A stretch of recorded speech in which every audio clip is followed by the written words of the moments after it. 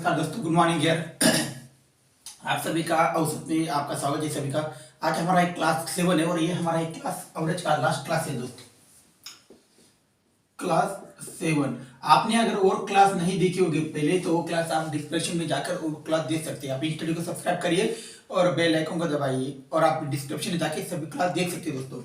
आज हमारा ये लास्ट क्वेश्चन है एवरेज का और ये लास्ट क्लास है, इसलिए मैंने इसको एंड के तौर पर इस क्वेश्चन को भी रखा था कि आपको इससे अच्छे से समझ पाऊं मैं इस क्वेश्चन को। 5 क्रमागत संख्या का औसत 100 है तो ज्ञात कीजिए पहले दो संख्याओं का गुना क्या होगा।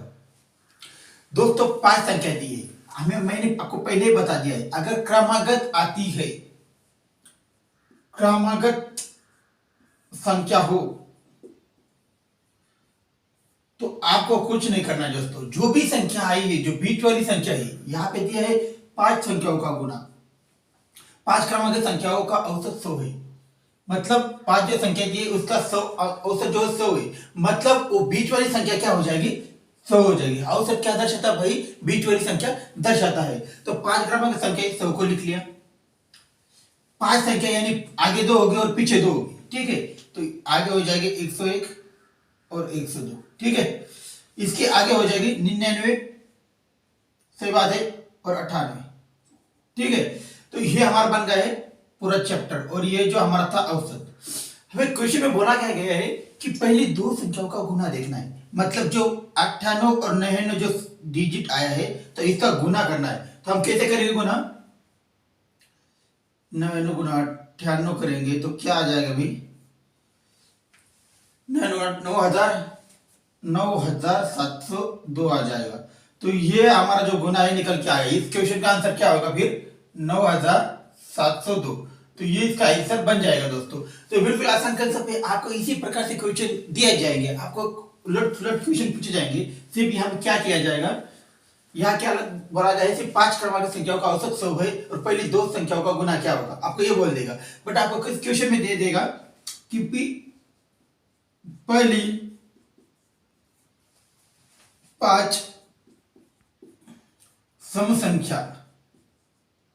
संख्या क्या होगी और लास्ट दो संख्या का गुना क्या होगा, इस तरह से पूछ लीजिएगा दोस्तों। तो बिल्कुल मैंने आपको पहले बोला है कि इस तरह से क्वेश्चन आपको संख्याओं में बनते, अक्सर बनते हैं।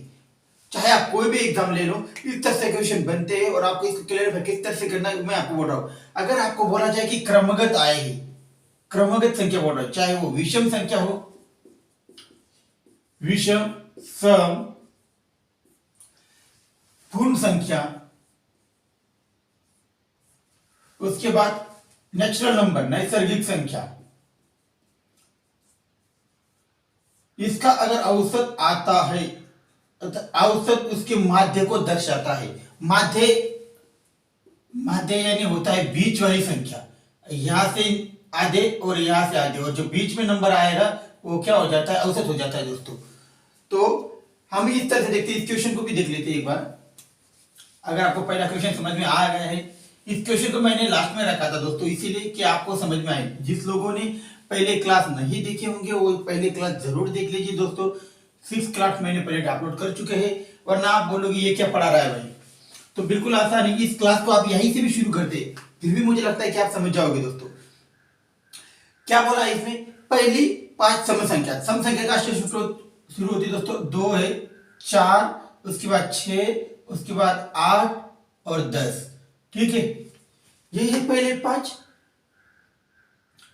सम संख्या, यही है 1 2 3 4 और 5। हमें क्या बोला गया, 5 संख्या क्या होगी, मतलब 5 संख्या हमने पता कर ली दोस्तों। उसके बाद बोला है लास्ट 2 का गुना क्या होगा, मतलब इन दोनों का गुना क्या होगा। 8 कितना हो जाएगा भाई, 80 हो जाएगा। तो ये इसका आंसर बन जाएगा दोस्तों। बिल्कुल आसान कसम हमें बता रहे पढ़ते हैं दोस्तों क्वेश्चन में, बट हम स्टडी न कर पाते और रेगुलर स्टडी में बोल रहा हूं। आप आधा घंटा दीजिए या 1 घंटा दीजिए, कितना भी समय आपके पास जितना बचे वो दीजिए, मगर आप कम से कम रेगुलर ही दीजिए दोस्तों। जितना आप रेगुलर पढ़ोगे मुझे लगता है उतने रिजल्ट आपके अच्छे बनेंगे दोस्तों। उसके बाद हमने आगे तक देखा क्या है मैथ के अंदर, हमने देखा क्या है मैथ के अंदर, एवरेज को हम उसके बाद पहले देखा था हमने प्रतिशत, परसेंटेज, प्रतिशत। अगर ये क्लास आपने नहीं देखा होगा तो दोस्तों देख लो, क्योंकि इससे आपके सारे क्वेश्चन डाउट होंगे वो आपको क्लियर हो जाएगा दोस्तों, गारंटी और दावे के साथ कह सकता हूं मैं। कितना आसान भाषा बताइए, जिसे कुछ भी नहीं आता हो, अगर इसने प्रतिशत देख लिया हो तो मैं जानता हूं 100% नहीं मतलब 80% तो वो सीख ही जाएगा दोस्तों। उसके बाद हमने देखा था लाभ और हानि। ये रिलेटेड पॉइंट जो होते हैं मैंने पहले निकाले थे, लाभ और हानि, प्रॉफिट एंड लॉस, लाभ और हानि, ये हमने देखा था। उसके बाद देखा था हमने बट्टा यानी डिस्काउंट, बट्टा डिस्काउंट, डिस्काउंट। उसके बाद हमने फोर्थ पार्ट देखा एवरेज, यानी क्या होता है भाई, औसत। आपने इतने जो मैंने पाठ पढ़े अगर वो आप देख लेते दोस्तों, मुझे लगता है आपको आसानी से समझ में आ जाएगा दोस्तों। ये परसेंटेज, उसके बाद ये profit and loss, profit and loss, और डिस्काउंट और एवरेज। अगर ये पार्ट आपने नहीं देखे होंगे मैथ के, अगर आपको किसी भी ने पढ़ाए हो और हम यहाँ पे आप देख लेते दोस्तों, तो मुझे नहीं लगता कि आपको इसमें कुछ डाउट रहेगा।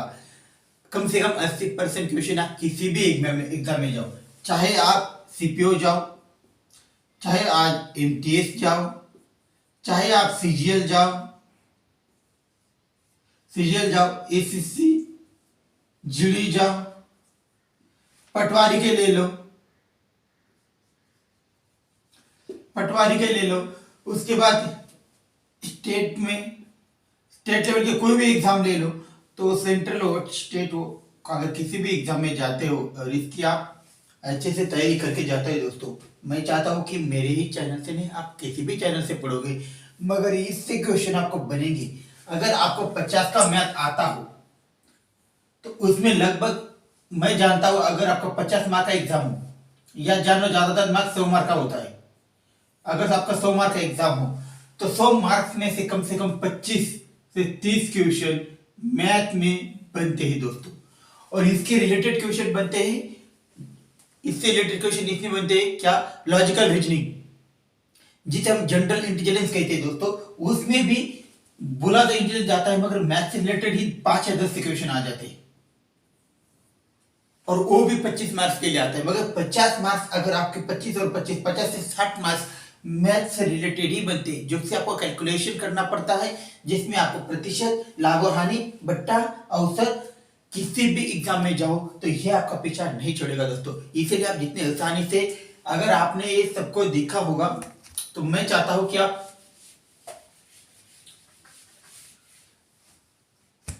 मैंने हर एक जो क्लास है बिल्कुल आसान शॉर्ट में, लगभग हर एक चैप्टर के, ये जो इतने चैप्टर मैंने बोले इनके लगभग 7 से 10 क्लास अपलोड कर चुके हैं दोस्तों।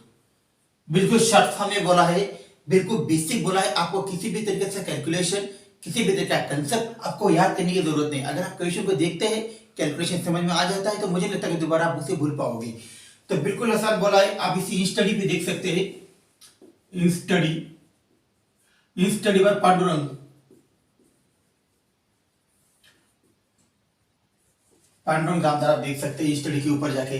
आपका जो पूरा जो कंसेप्ट है आपको पता चल जाएगा दोस्तों। बिल्कुल आसान भाषा में मैंने बताने की कोशिश की है। और आज का हमारा जो एवरेज का जो क्लास है, जो एंड का भी जो क्वेश्चन था, मैंने उसे भी एंड कर दिया है दोस्तों। बिल्कुल आसान भाषा में मैंने समझा है। अगर आपने और क्लास नहीं देखे होंगे तो आप स्टडी पे जाके डिस्क्रिप्शन में जाके आप सभी क्लास को देख सकते हैं दोस्तों। प्लेलिस्ट मैथमेटिक्स ड्रीम 11 नाम की जो प्लेलिस्ट है स्टडी के ऊपर, उसमें सभी जो मैथ के क्लास है मैंने अपलोड कर दी है दोस्तों।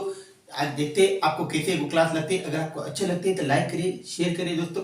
Thanks for watching.